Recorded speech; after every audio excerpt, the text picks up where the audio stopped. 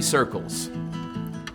As we look at what constitutes a healthy and well-balanced small group, we found that there are three fundamental elements.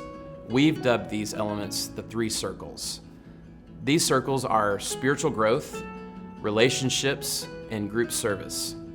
They're essential and interconnected components of a healthy small group culture. Spiritual growth is on the bottom because it's the foundational circle that supports all the others. We found that the practice of prayer and Bible study are non-negotiable parts of any healthy small group. Prayer connects people spiritually. It increases and deepens the bond within the group. It really sets the tone. It breaks down barriers and shows an example of reliance on the Lord. Consider letting prayer be the first thing that you do in your group time, not the last. Why? Because sometimes we forget or we hurry through it and we just do it at the end really quickly. Bible study. Bible study is the foundation for everything else within the group. It gets people into God's Word and into a closer relationship with Him. And it distinguishes the small group from just a secular group. Let's talk about relationships for a moment. God built us for community, for relationships. We hope your group exhibits intentional hospitality.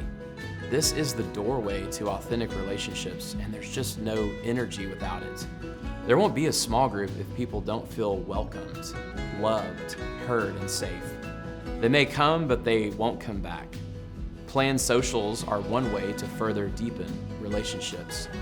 Developing and nurturing relationships within your small group really creates a family-like atmosphere where people demonstrate love and loyalty and a knowledge that someone else has your back.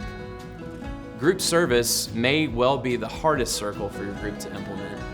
It just simply doesn't come naturally to most people, and it should be an intentional part of your group culture. Group service demonstrates how we can accomplish so much more together, and it puts our focus on others instead of ourselves. It grows the spiritual maturity within the group and connects the group members relationally as they work to physically accomplish a goal. Take a moment to discuss the impact each of these three circles can have on a small group.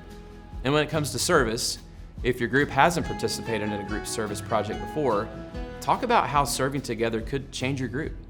Also, we'd like for you to think about what it would look like if any one of those circles were missing.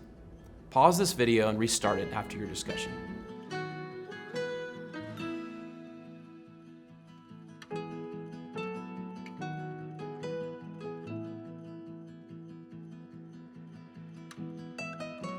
So if spiritual growth is missing, you really just have a secular community service group, shallow and self-focused. If you don't have relationships, you'll have a lifeless group that's really just more focused on learning information and doing activities rather than learning to love one another. If group service is missing, you end up with a self-focused, insular clique with limited superficial growth.